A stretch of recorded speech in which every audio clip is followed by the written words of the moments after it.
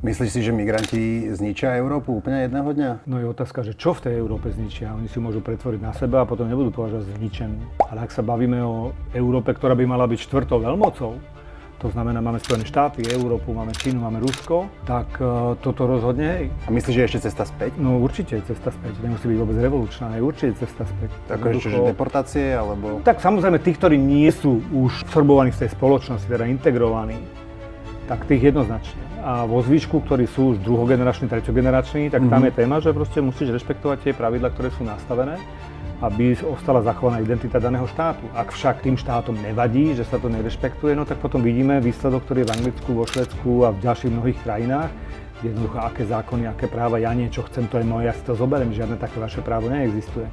A to nikto z nich neuznáva, preto vlastne prichádza k teroristickým trestným činom.